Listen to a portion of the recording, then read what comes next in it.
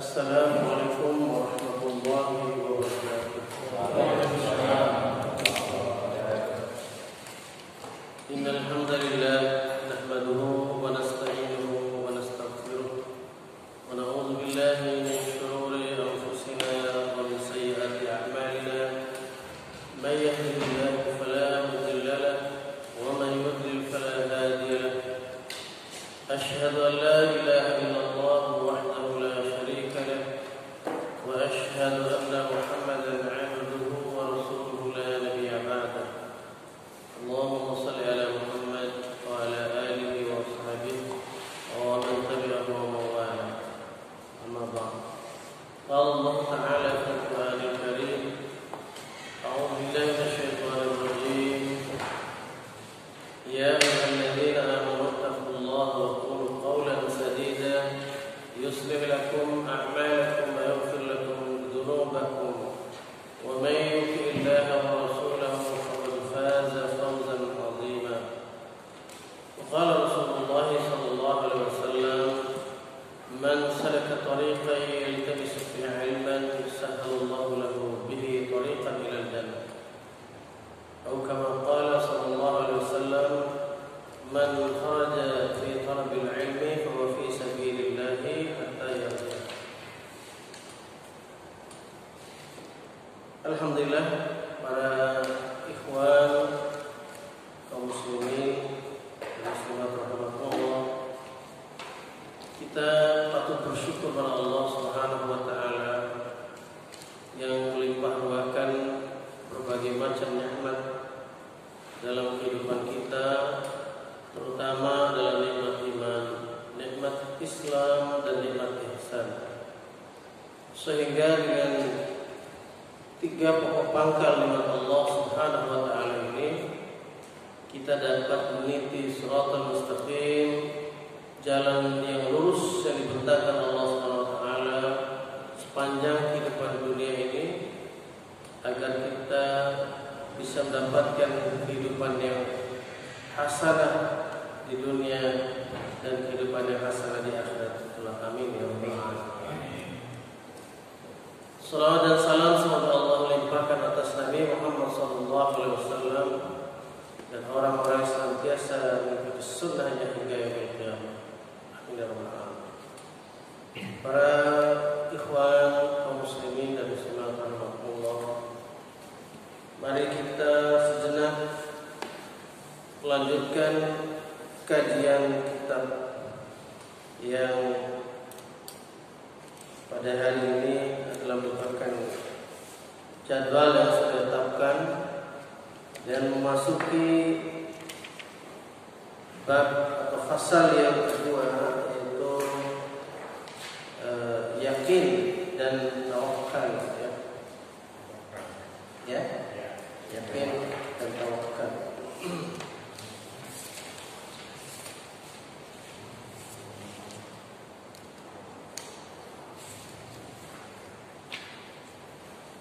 Baik.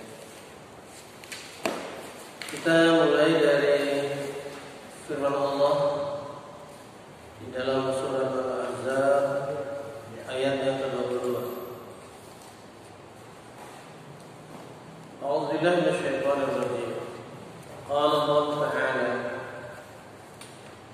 "Wa lamma ra'a al-mu'minuna al-ahzaba qalu hadha ma wa'adana Allah wa rasuluhu wa sadaqa Allah wa rasuluhu wa ma zadahum illa imanan wa taslima." Yang artinya, dan ketika orang mukmin telah melihat pasukan orang-orang kafir bersatu akan menyerang kota Madinah, maka mereka berkata, inilah yang dijanjikan Allah dan Rasulullah kepada kami, dan benar apa yang dikatakan Allah dan Rasulnya, dan tiadalah menambah yang demikian itu bagi mereka melainkan iman dan penyerahan diri yang bulat kepada Allah Subhanahu wa taala. Para ikhwan hamba Allah muslimin dan muslimat, jelas bahwasanya ayat Allah Subhanahu wa taala ini merupakan salah satu dalil yang jelas, yang qat'i tentang adanya kalimat tawakal dalam kehidupan orang-orang mukmin.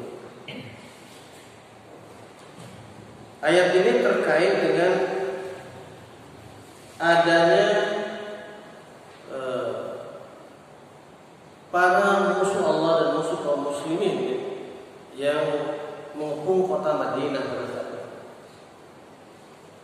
Yang sebelumnya sudah diberitahukan oleh Rasulullah SAW bahwasanya pasukan Ahzab yang datang dari jajaran mulai dari Makkah hingga beberapa kaum yang ada di antara Makkah dan Madinah itu, mereka akan bersatu untuk dalam hal ini mengepung kota Madinah, di mana di situ adalah tempat tinggalnya Rasulullah SAW dan kaum muslimin pada saat itu. Dari kalimat ini pernyataan dari Allah Subhanahu wa taala yang jelas membuka akan isi hati dari orang-orang mukmin itu, para ikhwan sekalian, bahwa mereka sedikit pun tidak ada rasa gentar, tidak ada rasa takut dalam menghadapi musuh-musuh dari kalangan orang-orang kafir tersebut, dengan kalimat wa ma zadahum illa imanan wa taslima. Tidak ada yang bertambah dari mereka melainkan bertambah iman dan bertambah penyerahan diri kepada Allah. Ini daripada makna daripada kalimat tawakal, yakin dan tawakal kepada Allah Subhanahu wa taala, menyerahkan segala urusan kepada Allah Subhanahu wa taala. Berat ringan yang akan dihadapi, risiko apapun yang akan dihadapi, Allah Subhanahu wa taala, tempat tambatan jiwa orang-orang mukmin, seluruh jiwa raga diserahkan kepada Allah Subhanahu wa taala. Ini dalil pertama terkait dengan keyakinan yang makin menebal di dalam diri orang mukmin dan rasa tawakal. Hal ini tentu harus menjadi satu landasan bagi orang-orang beriman sekarang ini, para ikhwan akhwat muslimin rahimakumullah, bahwa kalau ada orang yang bertanya bagaimana Rasulullah SAW dulu menang kepada menghadapi musuh-musuh mereka, orang-orang kafir, musuh-musuh Allah dan musuh orang-orang yang beriman, ini orang kafir. Jawabannya tidak. Apabila umat semuanya bersatu untuk membantu Rasulullah SAW, itu kuncinya. Walaupun dijanjikan pertolongan oleh Allah Subhanahu wa taala orang-orang mukmin itu, namun kata kuncinya harus bersatu. Harus bersatu. Bahu-membahu satu dengan yang lain. Tidak akan maksimal hasil usaha kita orang-orang mukmin itu manakala berjuang itu sendiri-sendiri. Orang bertanya lagi sekarang, bagaimana orang-orang beriman sekarang ini bisa mengalahkan musuh-musuhnya? Ya, ini orang-orang kafir, orang-orang musyrikin, orang-orang Zionisme. Bagaimana cara kita menangani? Harus ada sentral pimpinan dan umat seluruhnya ada dalam koordinasi dan mereka bersatu, yaitu para hamba Allah sekalian, kaum muslimin dan muslimat rahmatullah. Kalau tidak, biarpun umat ini banyak, namun tidak ada kesatuan daripada umat Islam, ya, sebagian tawakal, sebagian yakin akan kemenangan itu. Ya. Bahkan boleh jadi di antara hati-hati orang-orang beriman itu yakin semua bahwa pertolongan Allah itu akan datang. Namun karena tidak adanya koordinasi, ya, tidak adanya kesatuan umat ini, maka akan berlarut-larut terus nasib orang-orang beriman itu berada di bawah kungkungan kekuasaan hawa nafsu manusia, kekuasaan penguasa yang berlandaskan hawa nafsu. Para ikhwan, Allah. Selanjutnya firman Allah yang kedua, wa qala ta'ala alladzina qala lahumun nasu innan nasa qad jama'u lakum fakhshawhum fazadahum imana wa qalu hasbunallahu wa ni'mal wakeel fanqalabu bi ni'matin minallahi wa fadlin lam yamsashum su' wattaba'u ridwanallahi wallahu dzu fadlin 'azim. Ada dalam surah Ali Imran ayat yang ke-173.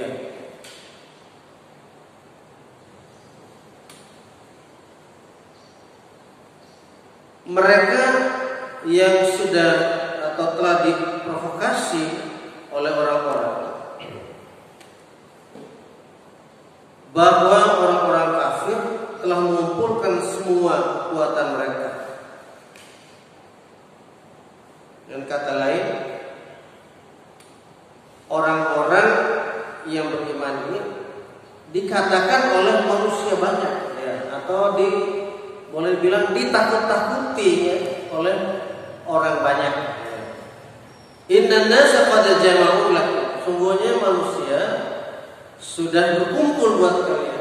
Jadi sungguhnya manusia sudah ingin mengepung kalian, ingin memerangi kalian. Fakhshawhum, maka sebaiknya kalian takut sama mereka. Ini dalam pemahaman ayat Allah SWT. Tapi apa yang terjadi?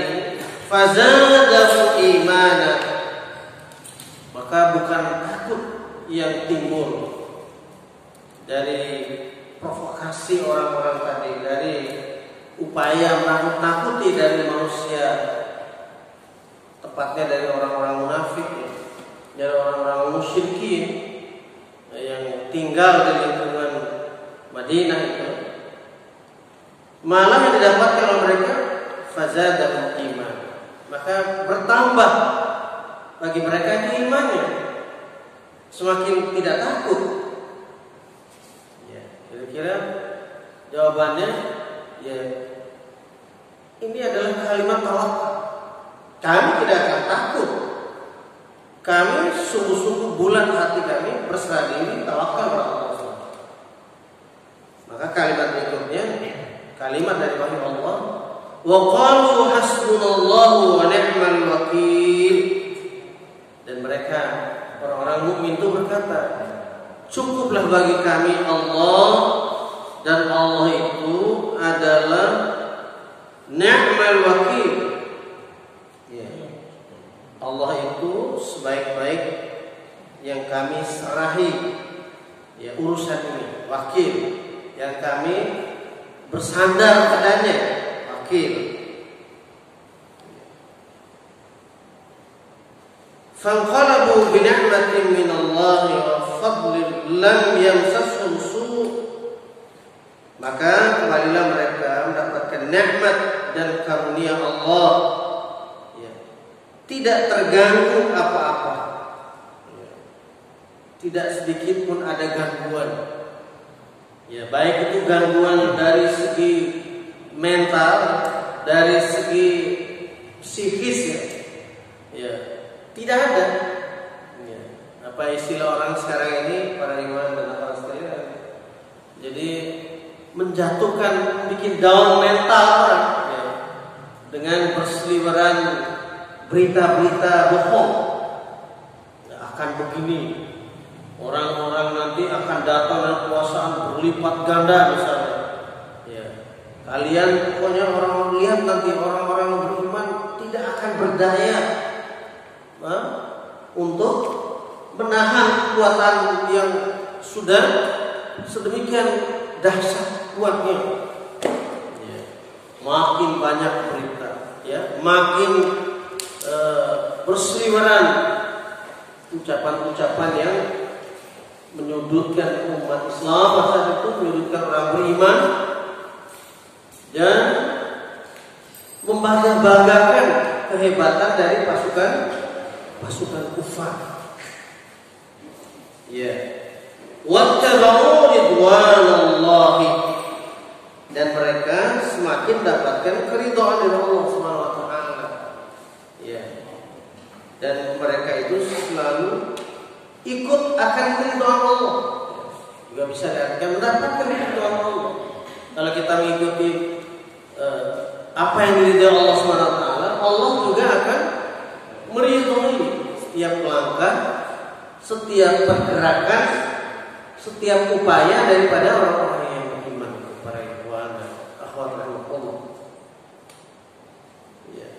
Wallahu dzu fadlin 'adzim, dan Allah itu benar-benar mempunyai karunia yang besar. Surah Al-Imran 123. Jadi bisa difahami oleh kita bahwasanya sehebat apapun upaya ingin memprovokasi kehidupan orang-orang yang beriman yang sudah bertawakal, menyerahkan segala urusannya kepada Allah SWT, ditambah dengan bahwa upaya tawakal ini tidak bisa bergerak sendiri, tidak bisa berkelompok-kelompok, tidak bisa. Baru kelihatan haibatul Islam, kehebatan Islam ini apabila umat Islam ini berjalan bersatu padu, ikhwan dan akhwat sekalian. Ada dalam satu koordinasi kepemimpinan yang solid, ya. Jadi barulah segala macam ucapan yang keluar dari mulut-mulut orang-orang kafir itu akan bisa diredam. Jadi kita punya tameng yang jelas. Dalam hadis itu disebutkan, ya, di luar daripada teks hadis yang ada di sini, al-imamu junnah. Adanya imam itu perisai sebagai tameng. Orang-orang kafir memprovokasi dengan sekian banyak cara, seperti digambarkan Allah dalam surat yang ke-61 As-Saff itu, ya, ayat yang ke-8. A'udzubillahi minasyaitonir rajim. Yuriduna yutfi'u nurallahi biafwahihim wallahu mutimmu nurihi walau karihal kafirun. Mereka orang-orang kafir itu, para ulama, selalu ingin memadamkan cahaya agama Allah ini. Nur Allah itu adalah nur Allah, tidak lain adalah agama Islam. Orang kafir selalu ingin memadamkan cahaya agama Islam. Dengan apa mereka caranya? Biafwahihim, dengan ucapan-ucapan mereka, dengan mulut-mulut mereka, maksudnya dengan ucapan-ucapan yang di satu sama lain digiring orang itu untuk membenarkan ucapan itu. Jadi membuat rasa takut, memberi move yang mendebar-debarkan hati orang. Nah, orang-orang yang setengah-setengah imannya takut. Tapi orang-orang yang kuat imannya seperti digambarkan ayat tadi itu, wa ma zadahum illa imanan wa taslima. Yang pertama justru iman dan penyerahan diri mereka. Tidak berubah. Itu karena yakin pertolongan Allah pada iman. Dan sekali lagi kami ulangi bahwa kita yakin ada pertolongan Allah itu harus mengikuti manhaj, tata cara. Ya, sedangkan kita yakin ingin lulus saja kalau ujian di sekolahnya itu harus ada kepala sekolahnya. Kalau tidak ada kepala sekolah, berarti semua guru akan sendiri-sendiri dia akan berbicara sendiri-sendiri. Semua para wali kelas akan berbicara menurut kapasitas pemikiran dia. Cara menuliskannya begini, cara menuliskan kata yang lain berbeda-beda. Cara menghadapi soal berbeda-beda. Apalagi ini kita cara menghadapi orang-orang yang jelas ingin memadamkan cahaya agama Allah SWT. Wallahu mutimmu nurihi walau karihal kafirun. Tetapi Allah senantiasa menerangi, menyempurnakan cahayanya, yakni cahaya agama Islam. Allah itu selalu menyempurnakan cahaya agama Islam ini, walau karihal kafirun, walaupun benci orang-orang kafir. Jadi dapat kita perhatikan orang yang berdakwah menyampaikan al-haq di masa kapanpun, dari dulu, sekarang hingga yang akan datang, itu selalu hati orang-orang kafir itu akan gundah gulana mendengarkan kebenaran disampaikan. Sedangkan kita menyebut saja Allah saja sebagai Tuhan semesta alam ini, mereka itu benci setengah mati. Benci. Orang-orang kafir itu benci. Tidak akan suka mereka kalau hanya nama Allah saja disebut. Tapi kalau disebut nama selain Allah, selain sebut nama Allah, harus sebut nama-nama selain Allah. Maka hati mereka tiba-tiba menjadi gembira. Ini terbukti ini. Ketika orang-orang Muslim ya, sekarang ini tokoh-tokoh itu digiring, kalau salam saja mengucapkan salam di mimbar, di podium, kudu harus sudah assalamualaikum warahmatullahi wabarakatuh, harus selamat ini, selamat itu, selamat ini, selamat itu, dengan menyebut nama-nama Tuhan orang-orang kafir. Hal ini sangat dimurkai Allah SWT dan tidak pernah para utusan Allah mencontohkan. Tidak pernah. Kenapa mereka memaksa mengiring orang-orang mukmin untuk melakukan hal itu? Ya, mereka punya power, yaitu dengan andalan, dan kalau nggak salamnya untuk cara ini minimal digeser, kedudukannya minimal digeser dari tempat yang basah ke tempat kering, istilah ya. Dari golongan yang tinggi minimal dia ditunda naik golongan. Jadi ancaman. Nah, orang yang diancam merasa takdir dalam hatinya karena bukan Allahu Akbar yang diucapkan dalam 17 rakaat sehari semalam yang didengungkannya, melainkan menjadi kursi akbar, golongan akbar, jabatan akbar. Mestinya dibantah, jangan menggiring kami seperti ini. Kita sudah jelas kami ini beragama Islam, ada tuntunan yang jelas di dalam kitab Allah dan sunnah Rasulullah SAW. Semua bersuara sama. Itu bisa mungkin dilakukan manakala itu kita punya kekuatan satu bahasa, satu ucapan para iman dan khalifah.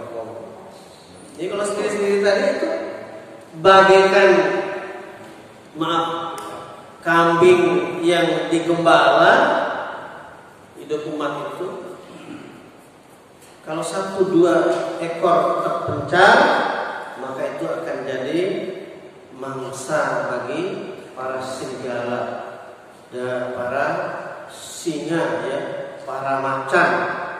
Itu para ekor. Ya. Jadi tambahan surat As-Saff ayat 61 ayat yang ke-8 tadi ya. Nah, jadi itu upaya mereka itu menggiring opini dalam hidup kita ini sudah gak asing lagi sekarang ini. Bahkan dengan hal-hal sepele saja, remeh saja, tidak bisa bertahan. Ya, tidak bisa bertahan. Contohnya ini, mereka tidak ridho ucapan salam itu hanya Assalamualaikum warahmatullahi wabarakatuh. Harus salam yang macam-macam. Baru diakui bahwa dia sebagai orang yang menjunjung tinggi kehormatan daripada hidup bernegara yang misalnya.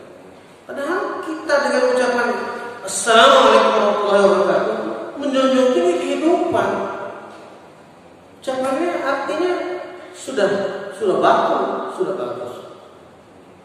Jadi kalau diartikan artinya semuanya diberikan oleh Allah SWT rahmat, keselamatan. Baik, kita lanjut. Di dalam surah Ali Imran 122 dan juga Al-Maidah 11. Wa qala ta'ala wa 'ala Allahi falyatawakkalul mu'minun. Itu ada di dalam sini. Dan kepada Allah saja hendaklah bertawakal bagi orang-orang yang mukmin. Bertawakal bagi orang-orang mukmin. Ini terdapat di 2 ayat.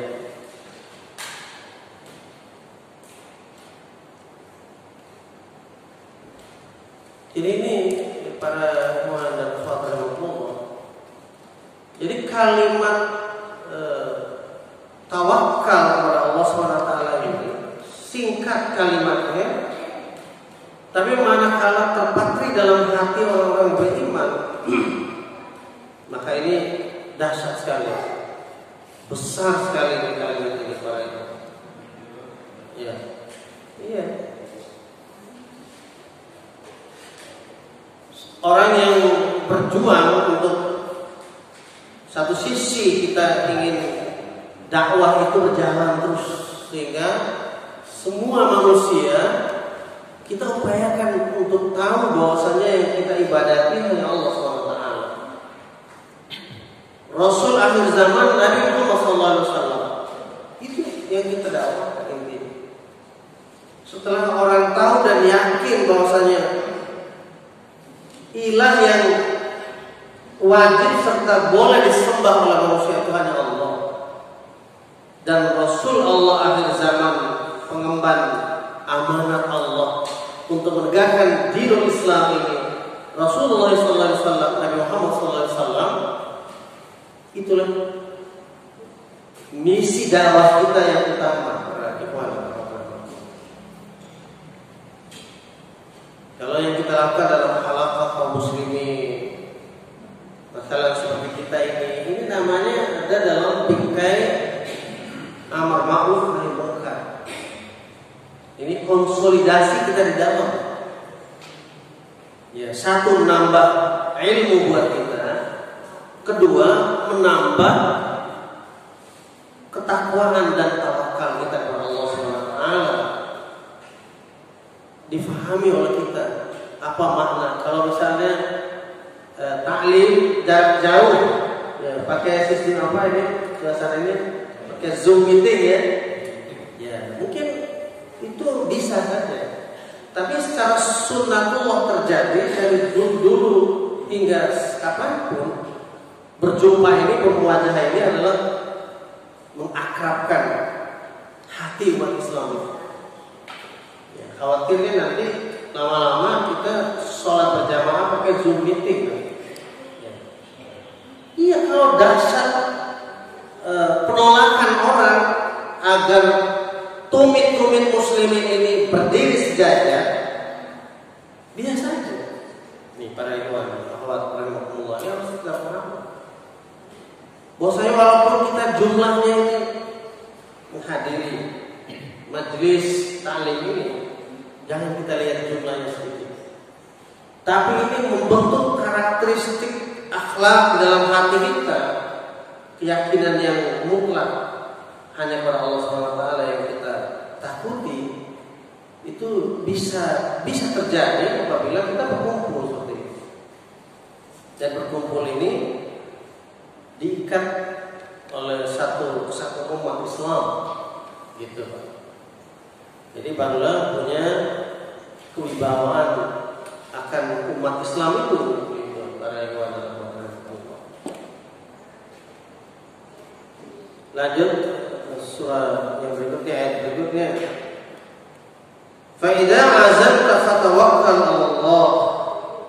Apabila kalian sudah sungguh-sungguh berazam, maka hendaklah bertawakal kepada Allah Subhanahu wa taala, berserah diri kepada Allah Subhanahu wa taala. Bila sudah bulat tekad, maka berserah diri kepada Allah Subhanahu wa taala. Jadi ini tentu ayat ini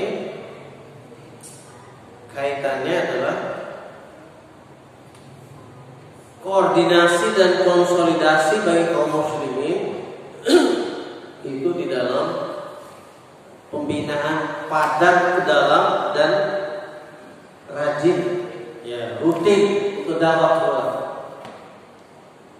Saya sekali lagi garis bawahi, yang namanya dakwah itu sebenarnya aslinya adalah seperti saudara kita Dr. Zakir Naik. Itu aslinya dakwah itu. Ya. Jadi berdakwah itu kita ini belum banyak kita sentuh. Jadi dakwah itu mengajak orang yang belum kenal 2 kalimat syahadat untuk masuk Islam. Ud'u ila sabili rabbika bil hikmati wal mau'izatil hasanah wajadilhum billati hiya ahsan. Inna rabbaka huwa a'lamu biman dhalla an sabilihi wa huwa a'lamu bil muhtadin. Jadi poin yang kita sudah baca di Al-Quran belum jadi poin di dalam aplikasi. Action daripada para duat ini, para dai, itu belum sampai pada tingkat seperti itu. Karena yang dimaksud dakwah itu mengundang orang, manggil orang sampai dia hadir ke rumah Islam. Bagaimana kita ada hajatan di rumah, pernikahan, walimah, lalu undang orang, baru disebut berhasil dakwah kalau orang itu undang itu sampai ke rumah kita. Ya, begitu. Sampai ke rumah kita. Itu satu contoh saja. Kita ajak orang, kalau perlu, apabila diadakan debat dengan cara yang baik. Ya. Kalau perlu jidal, maksud jidal itu wajadilhum billati hiya ahsan, debat. Nah ini yang kebanyakan sekarang kita lihat, kalau lihat di YouTube segala para dai kita, justru yang berdebat antar para pemangku ilmu dalam Islam, memperbandingkan ilmu si A dengan si B, sini dai yang ini yang itu. Ya, ini berarti kita colongan sebenarnya. Kelihatan bahwa kita ini lemah di dalam sisi kesatuan umat. Yang satu mestinya membungkus kelemahan yang lain. Kalau dia kurang, datangi, beri nasihat secara pribadi. Oh ini Anda menyampaikan ini tidak pas, dalilnya seperti ini. Dia tidak terima, ya kita tidak perlu di-expose, diwakkan di luar, sehingga orang lain nanti ikut membuat keruh. Iya, jadilah komen yang banyak Ustaz ini. Nah inilah. Jadi senjata yang dibuat ini, dalam tanda petik senjata ini dengan kemajuan informasi ini sebenarnya ini akan menjadi apa namanya itu senjata yang kalau dilempar balik lagi namanya bumerang buat kita, bumerang.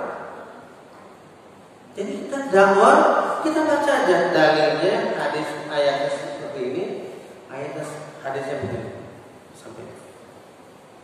Apalagi ini kita masih dalam kalangan kita sendiri. Satu fungsinya adalah untuk membina ukhuwah di dalam kehidupan muslimin.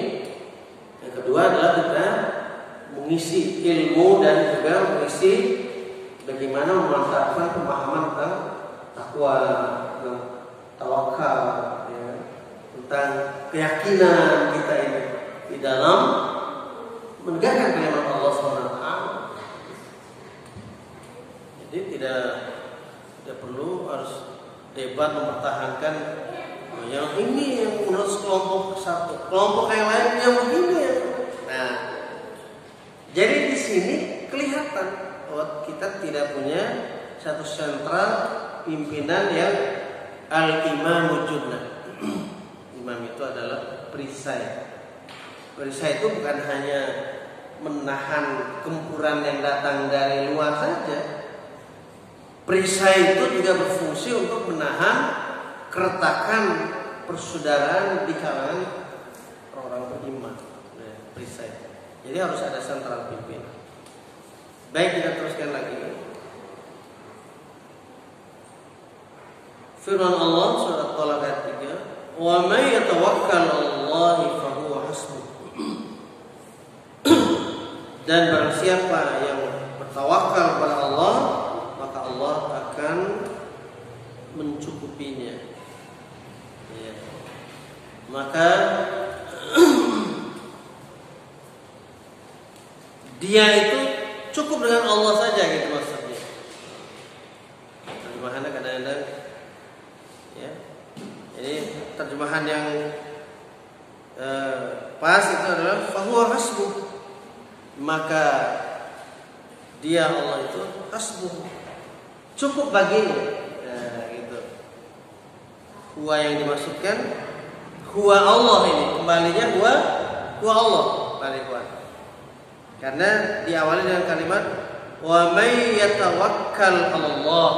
Yang terdekat dengan kalimat huwa ini adalah Allah. Berarti ini fahuwa adalah dhamir yang menggantikan kalimat Allah sebelumnya. Maka dia Allah itu hasbuh, cukup baginya.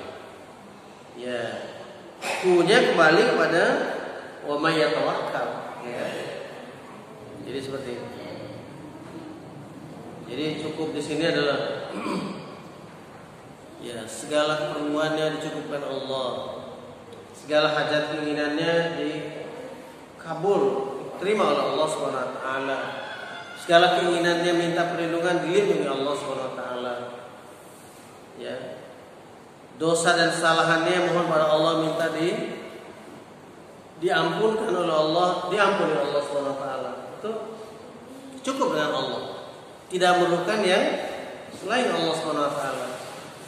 Dia ingin mencurahkan segala keinginannya untuk beribadah, cukup Allah saja. Beribadah cukup pada Allah. Berdoa cukup doa pada Allah. Tidak perlu harus berdoa itu melewati rangkaian. Saya permisi dulu nih sama guru saya dulu yang waktu di ibtidaiyah. Dan saya harus lewati karena ilmu saya sumbernya di sana. Baru sebut lagi nama guru saya waktu sanawiyah. Permisi dulu, sebut dulu nama guru. Sebut lagi nama guru yang di Aliyah, di Al-Jami'ah perguruan tinggi dan seterusnya. Baru kita doa kepada Allah SWT. Jadi jangan kita membuat hal-hal baru yang justru menjadi mempersulit diri kita. Padahal kalimat Allah begitu mudah bagi kita. Ud'uni astajib lakum. Doalah kamu kepadaku, niscaya aku yang akan mengabulkan doamu. Jadi doanya tidak perlu kita melewati kemana-mana. Ya. Lanjutkan ayatnya surah Al-Furqan ayat yang ke-58. Wa tawakkal 'alal hayyil ladzi la yamut. Berserah dirilah, bertawakallah kepada al-hayyil ladzi la yamut. Ya, ini Allah maksudnya. Kepada Allah yang hidup dan tidak pernah mati. Jadi Rabb itu, Tuhan itu hayyul la yamut. Ya, tidak hidup dan tidak pernah mati.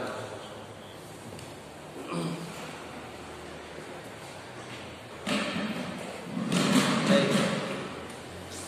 Sampai di sini kalau ada misalkan ada pertanyaan terkait ayat-ayat tentang tawakal kepada Allah SWT dan yakin akan pertolongan Allah SWT, maka kita selingi dulu dengan tanya jawab dulu.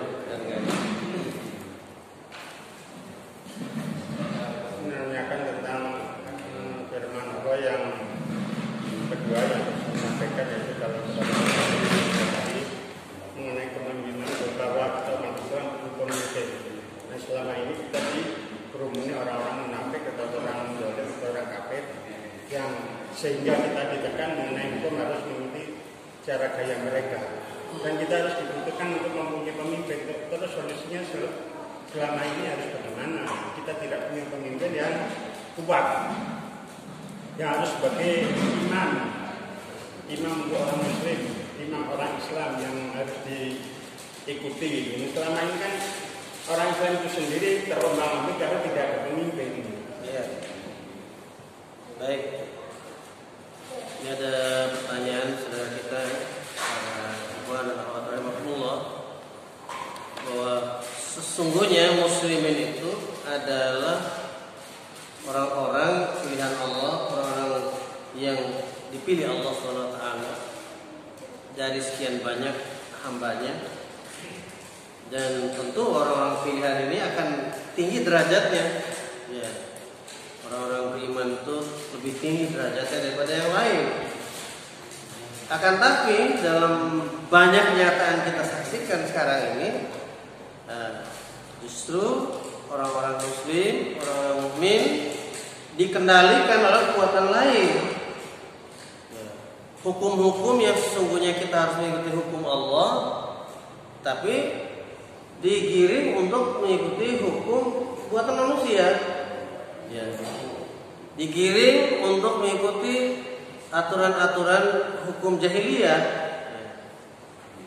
Nah, inilah kita termasuk di dalam perangkap dari sistem yang dibuat oleh manusia. Dan secara seakan-akan aklamasi orang menerima sistem itu. Sistem apa? Jadi kebenaran itu terukur oleh sistem ini dengan cara mengambil suara kebanyakan orang, suara terbanyak. Entah apa itu istilahnya ya.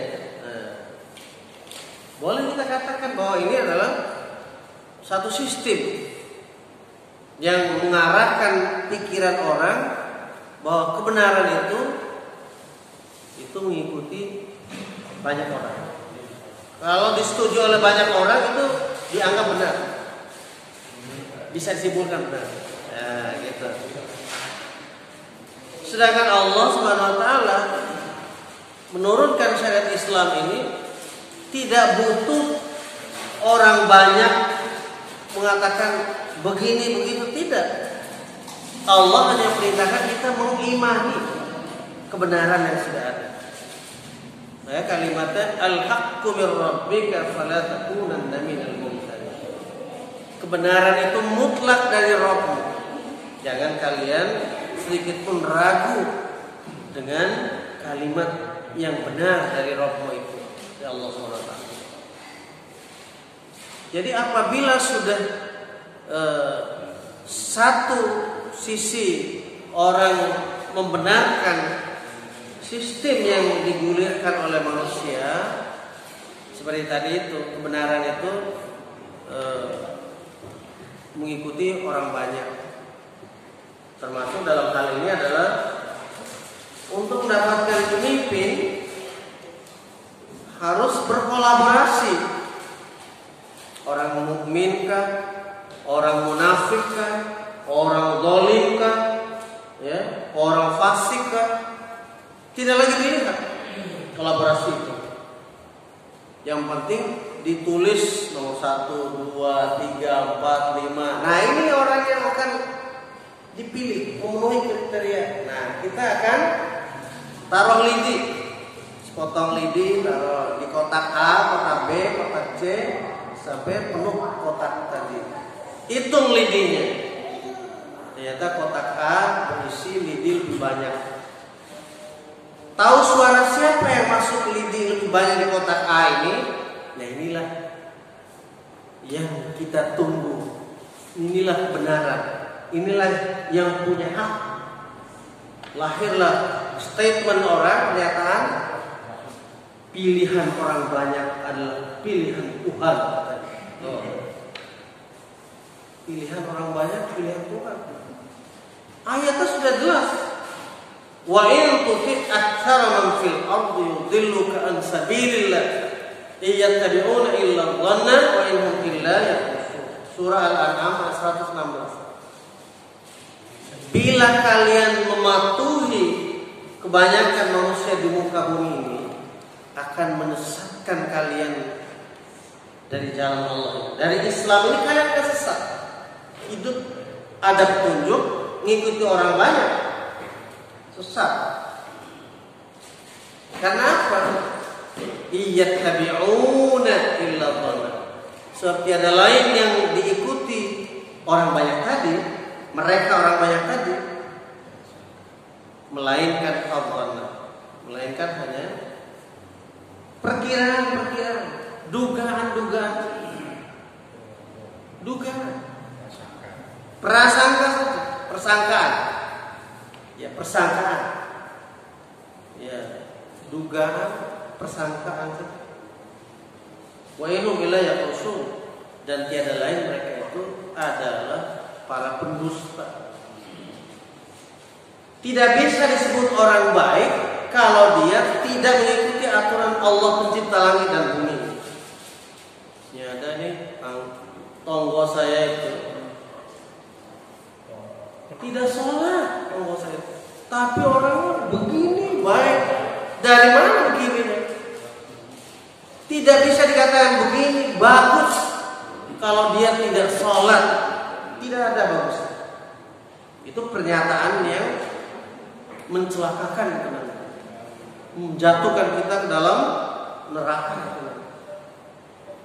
Tangga saya itu tidak pernah dia tidak puasa, sholat tidak, tapi orang itu baik banget, gaulnya sopan, akhlaknya bagus, justru tidak berakhlak dia.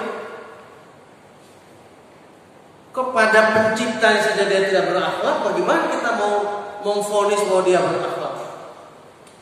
Ya kan gitu ya. Iya, kita ini makhluk hamba Allah, rendah sekali. Dia bersikap manggut-manggut depan orang, padahal kita ciptaan Allah. Tapi tidak pernah manggut membenarkan apa yang datang dari penciptanya. Rendah sekali. Zalim manusia. Tapi kita seringkali menggunakan kalimat seperti itu untuk memberikan pujian. Bahkan ada kalimat orang skeptis. Iya sih, orang itu tuh rajin ya, masjidnya rajin, ngajinya rajin, tapi nggak bagus katanya. Tuh coba. Sampai ada orang yang entah pejabat, entah siapa ini yang bicara ya. Tolong ukur ya katanya. Kalau orang rajin belajar ngaji, ya, hafal Quran, rajin ke masjid, nah ini tanda-tanda orang radikal ya. Ya harus tobat manusia yang ngomong begini. Sekarang bolehlah orang itu merasa hebat, kuat berbicara. Tidakkah ingat bahwasanya Allah mengatakan ma yalfidhu min qawlin illa ladayhi raqibun atid. tidak keluar satu ucapan dari mulut manusia, melainkan sudah ada di sisinya raqibun atid, yaitu pengawas yang setia selalu hadir. Ya, seperti itu para ikhwan akhwat rahimah. Jadi semua itu akan dicatat. Ya? Oh iya, saya minum dulu. Mati apa ya? Ya, udah kurang itu. Baterainya kali ya. Jadi kesimpulannya tadi yang ditanyakan bahwa muslimin ini yang seharusnya saling memimpin satu dengan yang lain, tapi kita ini satu sama lain tidak punya keinginan untuk seperti itu, kebanyakan. Padahal kalau kita merujuk surat Al-Anfal ayat 73 itu para ikhwan. Orang kafir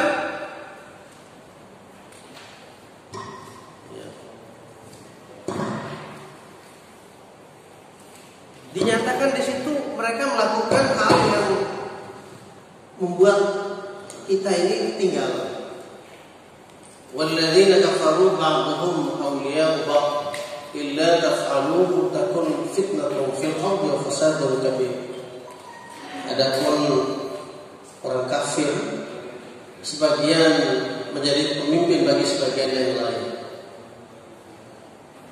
Illa taf'aluhu, jika kalian tidak melakukan hal seperti itu saling memimpin, takun fitnatun fil ardi, kalian akan jumpai fitnah di muka bumi, wa fasadun kabir, dan kerusakan yang besar.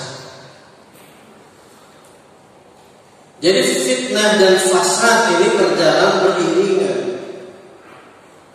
Fitnah itu adalah orang-orang yang kafir itu senantiasa membuat keruh jalan kehidupan orang mukmin dengan provokasi-provokasi yang macam-macam.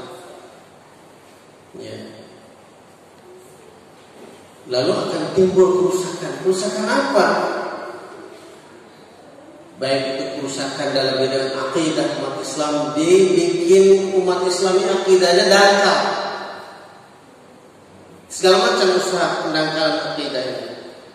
Lewat sekolah formal dibikin kurikulum itu yang membonsai agama ini dengan akidahnya dikurang-kurangi akidah itu. Syariat, ya dibikinlah syariat yang bercampur aduk, ya, akhirnya rusak. Itu kerusakan. Pergaulan dibawa digiring untuk rusak. Akhlak itu digiring untuk rusak. Yang ditampilkan selalu di televisi itu yang pakaiannya tidak menutup aurat. Kata mereka, ini nggak pantas loh kalau joget yang pakai jilbab, masa iya sih pakai niqab lagi pada joget, nggak pantas. Terus yang nggak pakai jilbab pun pantas ya. Dibikin seperti itu, jadi kalimatnya dibuat orang itu jadi percaya. Ya nggak pantas lah kalau yang nyanyi terus joget tuh pakai jilbab, ya pantas. Nyanyi dangdut, apalagi joget-joget, goyang-goyang, pakai jilbab. Terus gimana nyanyi dan jogetnya? Ya harus ini pakaian yang sesuai lah tampilannya. Berarti yang salah yang mana? Mestinya bagi orang tua jangan dua-duanya tidak benar. Nah iya, yang tidak menggunakan hijab, berjilbab, berjoget, bernyanyi, itu tidak benar menurut syariat Islam. Yang berhijab, berjoget, bernyanyi juga tidak benar. Seperti apa ukuran tidak benarnya, skala nilainya kita tidak bisa memutuskan. Tapi secara umum kita mengatakannya tidak, semuanya tidak benar. Tidak benar. Ya. Karena belum pernah ada contoh teladan istri para nabi, istri para sahabat itu yang dinyatakan beriman, mereka melakukan hal yang seperti itu. Ya, itu. Sekarang menggiring akhlak supaya rusak. Kemudian yang paling fatal juga adalah menggiring perpecahan umat Islam ini dan persaudaraan umat Islam ini dibikin hancur. Itulah politiknya penjajah dari zaman ke zaman. 350 tahun dulu penjajahan dari penjajahan Portugis Belanda itu kalau dikumpulkan kurang lebih 50 tahun. Itu sebenarnya yang dibikin oleh mereka penjajahan itu adalah memecah belah umat Islam ini kan. Jadi tidak tiap hari memukuli orang, tidak sebenarnya. Mengambil barang-barang, menjarah tanaman-tanaman paksa penduduk rakyat Indonesia ini suruh nanam, tapi mereka beli. Yang ngambil, yang ngangkut ya orang-orang mereka. Sentralnya adalah Furniture Ostindische Company, VOC, 3 huruf. Nah itu yang penjajahan dengan 3 huruf itu saja sudah 350 tahun lama Indonesia menderita lahir batin. Bukan hanya kehilangan harta, tapi nyaris kehilangan agama. Ada agamanya masih, akan tapi musliminnya terpecah belah sedemikian rupa. Karena politiknya adalah politik divide et impera, politik memecah belah di Belanda. Kemudian kurikulum di sekolah, di pesantren, maka dibuatlah kurikulum ordonansi kurikulum. Boleh belajar batasnya ini saja, ini nggak boleh. Itu dari zaman dulu, ya kapan pun mereka begitu. Bab jihad haram dibuka, nggak boleh ada bab jihad. Nah, sekarang ini sudah mulai dirintis oleh manusia. Bab tentang sejarah Nabi melawan Abu Lahab pun tidak boleh dibuka. Di Hidaiyah, Sanawiyah, tidak boleh. Kalau sekarang ada bab bicara tentang yang tadi ditanyakan, bersatunya umat itu adalah dipimpin oleh Rasul, sesudahnya namanya khalifah.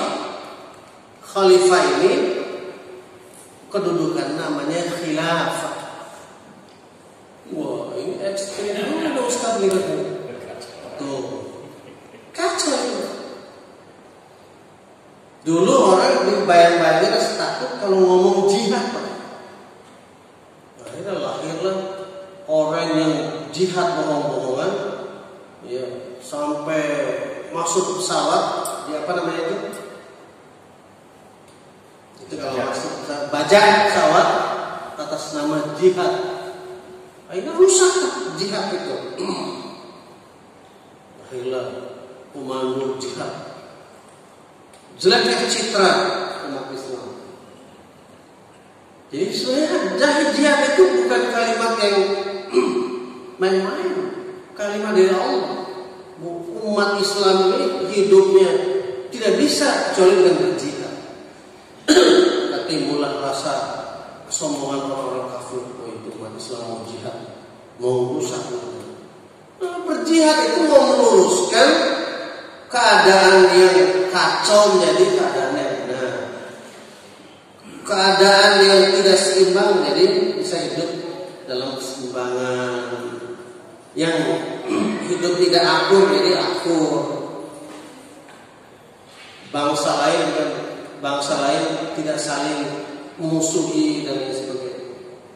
Ya kalau sekarang kita lihat di sana saudara kita orang-orang yang berjihad puluhan tahun dia, ya tentu pakaiannya seperti itu, tidak perlente pakaiannya. Lalu mengusir penjajahnya Amerika yang duduk di negeri mereka. Bangsa mana sekarang yang angkat topi, yang mengucapkan selamat kemerdekaan pejuang Taliban? Persis seperti itu suasana Indonesia tahun 45. Semua bungkam. Tidak ada yang setuju dengan terusirnya Belanda, terusir nama Belanda Indonesia. Wong Londonya masih ada sih, nama doang yang terusir tuh. Londonya tetap, aturannya, buktinya, undang-undangnya tetap ditinggal, tetap dipakai. Londonya, bahkan kembali lagi tahun 46 itu, jadi nikah itu banyak. Ini kalau ungkap sejarah begini biasanya dianggap ini orang ekstrim, bahaya. Padahal sebenarnya, jadi alhamdulillah yang mengakui pertama Indonesia ini merdeka adalah saudara kita di Palestina. Nah, coba. Begitu mahalnya pengakuan. Ini nggak mungkin pakai perlente orang yang celananya aja bahan karung goni. Senjata dari mana dia? Iya Pak Haji Yusir ya. Bambu runcing senjatanya. Mana mungkin bisa melawan kalau bukan karena pertolongan Allah. Ya, berdil segala macam dapur.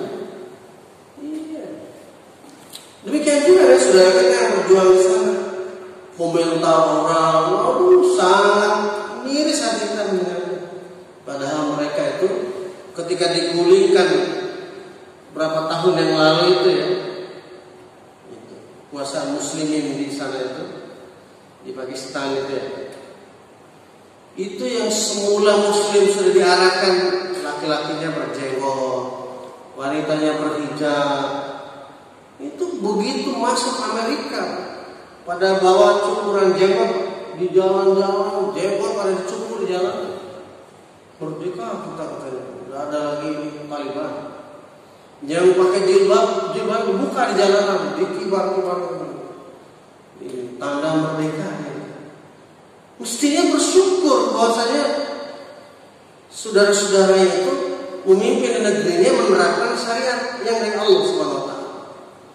Ini yang dikhawatirkan orang termasuk di saat kita ini di negeri kita ini. Itu Pak.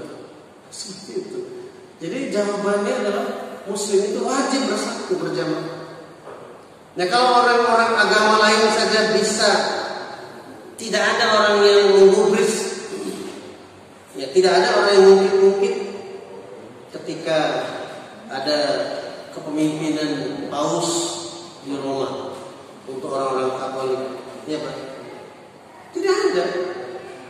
Itu bahkan pimpinan sentral seluruh dunia. Raja manapun kalau dia beragama Katolik, dia tunduk kepada tanda petik fatwanya paus. Ya Pak.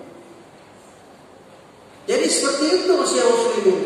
Dia raja di negara manapun, kalau dia orang beriman, dia tunduk pada fatwanya imam muslimin. Sebagaimana dulu raja di Ethiopia, Raja Najasyi itu, yang tadi semula kalau makan itu disuapin dia duduk di atas singgasana.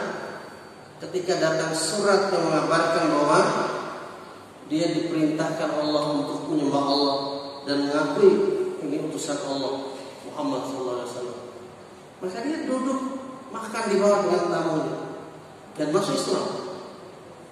Dia bertanya, apakah saya meletakkan jabatan saya sebagai raja ini? Ya Rasulullah.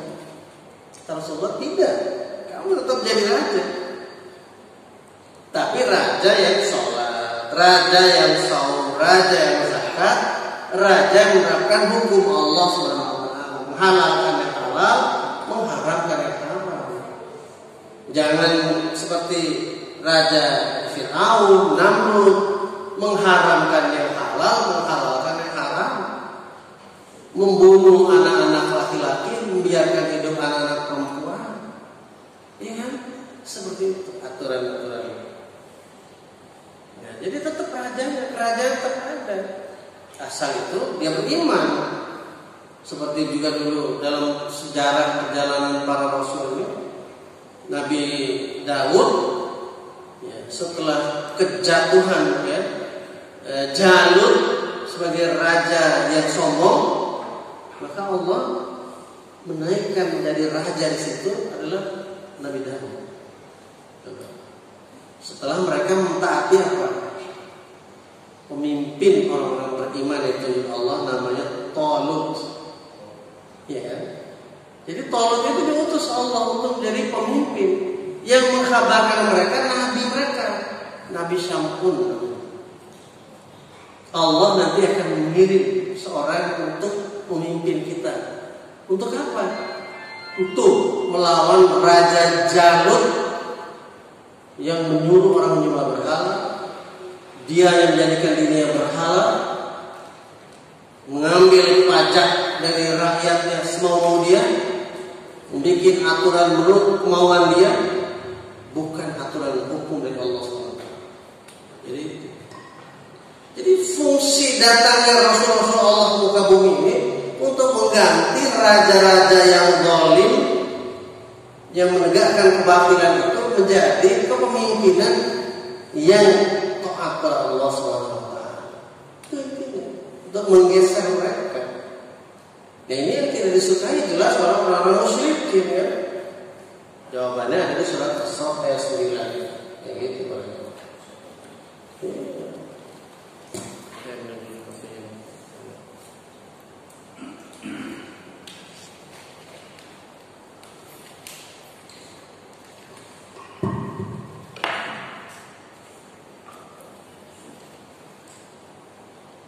Ya, jam 3 ya. Asar jam 3 berapa? 3.55. Ya, 13. Ini jam 2.41 ini sekarang. Ada pertanyaan lagi Pak? Mari Pak. Waalaikumsalam. Langsung aja Pak. Ya. Bagaimana umat kita ini supaya bersatu gitu. Zaman Nabi kan pakai Islam apa ini harus taat pada Allah atau bagaimana supaya kita bersatu umat itu menyatukannya. Jadi kan suruh bersatu. Baik, bagus. Gimana menyatukan umat Islam ini? Ya. Ketika Allah SWT mengutus Rasulullah SAW, pada saat itu manusia sudah mendapatkan gambaran bahwa agama Islam ini ada. Hanya saja mereka tidak ridho hidupnya itu hanya menyembah Allah saja. Mereka menyembah Allah juga, dia tahu Allah itu. Tapi caranya beribadah kepada Allah itu sudah banyak berubah. Dia mereka tahu tawaf itu tahu dia. Itu dalam rangka ibadah kepada Allah. Tawaf di Baitullah itu tahu orang Arab. Tapi yang mereka lakukan itu bukan berdoa. Dia tepuk-tepuk tangan sambil bernyanyi, bersiul, bernyanyi, dan nyanyiannya saatnya itu. Jadi perempuan pun tidak memakai apa-apa. Dia nutup hanya bagian yang tertentu saja dia tutup. Dia bilang hari ini halal untuk dilihat oleh siapa saja, kecuali yang ditutup ini. Sambil tawaf itu. Segitu jauhnya yang namanya penyimpangan. Jadi sekarang pun orang-orang muslimin itu berusaha supaya Islam ini disimpangkan supaya terasanya lebih bagus katanya. Ya, bagus kalau gini bikin gini bagus nih. Padahal keluar dari aturan yang sebenarnya. Wah ini bagus umat Islam ini kalau ini umat Islam golongan A cara ibadahnya harus begini, golongan B cara ibadahnya harus begini, C cara ibadahnya begini. Tuh, apakah Rasulullah itu dulu melakukan hal seperti itu pada sahabat? Jadi kalau umat yang ini Khazraj, suku Aus, cara ibadahnya biarin aja, cara ibadah menurut dari moyang dia. Suku Aus dibiarkan cara ibadahnya. Orang-orang Madinah yang lain dibiarkan cara ibadahnya. Padahal di Muslim. Orang-orang dari Makkah dibiarkan cara mereka dari Makkah. Apakah seperti itu? Tidak. Justru beliau berada di tengah-tengah umat itu untuk mengklirkan segala persoalan yang dulu budaya yang salah diluruskan dengan Islam. Contoh, wahai Rasulullah, kata ada orang muda datang, kami dulu punya hari-hari raya biasa kami rayakan pada zaman jahiliyah. Bolehkah setelah kami ini Muslim, kami merayakan hari raya itu? Tentu Rasulullah tidak akan jawab kecuali turun ayat Allah. Turunlah ayat Allah SWT. Ya ayyuhalladzina amanu dukhulu fis-silmi kaffah wa la tattabi'u khutuwati syaitan innahu lakum aduwwun mubin. Jadi masuk Islam kafah itu termasuk tidak lagi merayakan hari-hari raya selain Idul Fitri dan Idul Adha. Boleh jadi dulu mereka setiap yang namanya pergantian tahun mereka merayakan hari raya Lebaran apa hari raya pergantian tahun.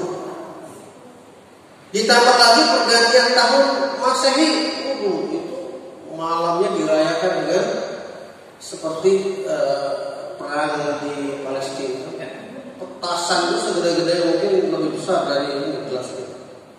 Orang sampai semalam subuh. Jadi seperti itu, Pak. Nah, orang membuat kerusakan, ya. Terutama tadi itu perpecahan tadi, Pak.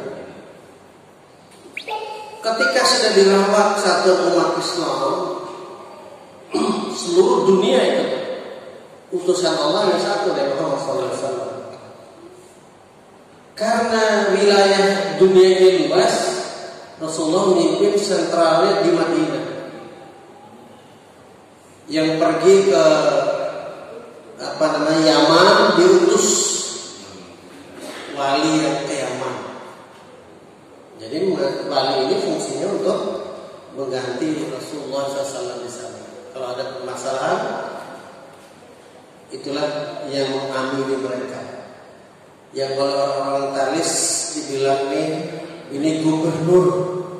Padahal gubernur itu bikinan orang dari Belanda, government gubernur itu. Gila. Jadi nggak ada gubernur itu. Nabi hanya mengirim amir disebutnya. Barang siapa mentaati amir ini, hakikatnya dia taat pada aku. Siapa yang mentaati aku, hakikatnya dia taat pada Allah. Sebaliknya, siapa yang memaksiati amir ini, hakikatnya dia maksiat pada aku. Siapa maksiat aku, berarti dia maksiat pada Allah. Apa fungsinya amir ini? Untuk mengkoordinasi muslimin supaya beribadah kepada Allah SWT. Jangan musyrik, jangan berpecah belah kalian. Semua itu ikuti bagaimana aturan yang turun pada sentral pimpinan Rasulullah SAW. Di Madinah. Setelah beliau wafat, bagaimana muslimin ini yang sekian banyak sudah koordinasi seluruh dunia ini? Maka yang terdekat disitulah yang melakukan inisiasi untuk membaiat seorang khalifah. Maka jadilah kata baiat atau mubaya'ah. Dan sekarang kata baiat itu sudah menjadi momok lagi bagi orang. Oh, ini hati-hati loh. Baiat, bicara baiat ini mesti gerakan radikal ya Ustaz. Padahal Abu Bakar sebagai khalifah pertama mengganti Rasul sebagai pemimpin umat dibaiat. Maksud baiat itu bukan kalimat yang keras, bukan. Inilah yang diganti orang dengan sistem demokrasi sekarang saya terangkan tadi. Orang yang baik dipilih bukan dengan suara terbanyak, tapi tinggal datang kita mengakui dengan salaman. Seperti halnya Rasulullah dulu, orang Muslim Islam dia jabat tangan Nabi. Asyhadu an la ilaha illallah wa asyhadu anna Muhammadar Rasulullah. Cuma itu aja. Itu. Dan ketika ada di Syam, di Palestina, utusan Nabi yang dijabat tangannya. Dia mengucapkan asyhadu an la ilaha illallah wa asyhadu anna Muhammadar Rasulullah. Walaupun yang dijabat Abdurrahman bin Auf. Gitu. Berarti kita Islam dulu yang dipertandingkan. Ya Islam. Setelah itu Rasulullah wafat, Abu Bakar kan orang sudah syahadat. Umar menyalami tangannya Abu Bakar. Dia bilang, "Bayatuka ala sam'i wa ta'ah." Saya membaiat engkau Abu Bakar seraya nanti saya dengar dan taati kepemimpinan. Berarti ini mulai beralih kepemimpinan Nabi. Setelah dibaiat Abu Bakar, baru jasad Rasulullah ada yang amili untuk dikuburkan. Kan itu. Rasulullah itu wafat sudah sore hari Yaumul Itsnain. Hari Rabu baru dimakamkan beliau. Karena nunggu muslimin itu membaiat seseorang untuk menjadi pengganti Nabi. Itu syariat itu kan diajarkan Nabi. Tidak boleh satu hari pun berhenti kepemimpinan umat Islam. Ibaratnya seperti itu. Dan tidak halal hidup 3 orang dalam satu kampung kecuali mengangkat seorang amir, kan gitu. Dalam perjalanan juga begitu. Kita safar satu mobil, mau pergi kemana? Mau taklim ke Amerika misalnya, mau dakwah sana. Nah, ini ustaz-ustaznya yang dakwah sana itu 3 orang 4 orang mengangkat satu orang amir. Itu aturan Nabi Islam. Tidak boleh sendiri-sendiri, harus ada amir. Jadi harus dihilangkan yang namanya perpecahan umat.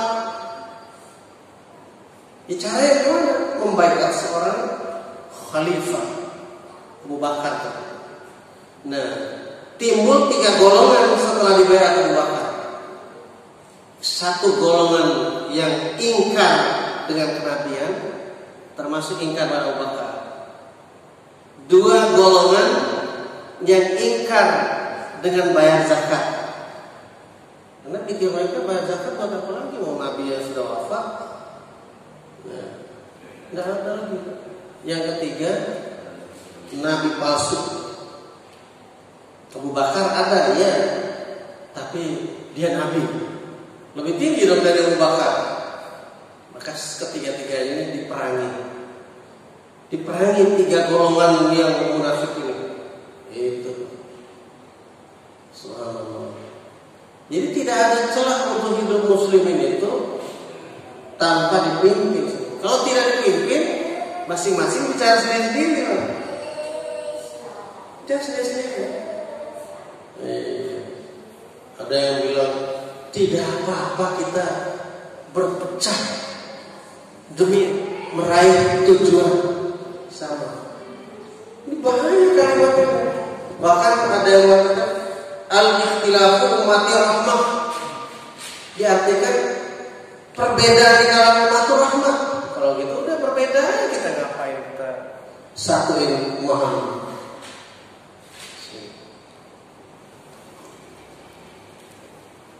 Yang dimaksud al-ikhtilafu ummati rahmah itu adalah ikhtilafnya umat ini, umat itu yang berbeda itu bahasa dan warna kulitnya. Dan umat Nabi Muhammad SAW itu lintas seluruh bangsa. Beda dengan umatnya Nabi Musa, umatnya Nabi Isa, hanya bangsa Israel, Bani Israel. Warna kulitnya sama, bahasanya sama.